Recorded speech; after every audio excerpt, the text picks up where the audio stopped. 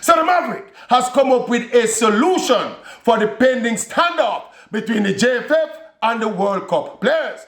We heard the offer from the JFF, $2,000 per player per game, plus a $1,500 win incentive.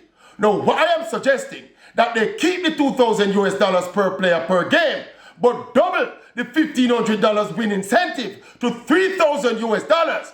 That would give them a total of a possible $5,000 per game, which is not too far from the $7,000 they were asking for.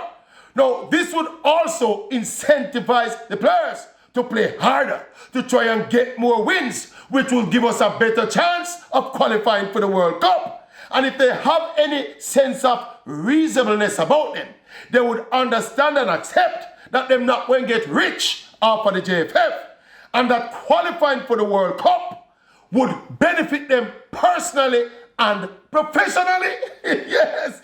So me appeal to the ball of them this evening. Just sign the Maverick deal. See the pen here? Sign the Maverick deal. Yes. Sign the Maverick deal. See that?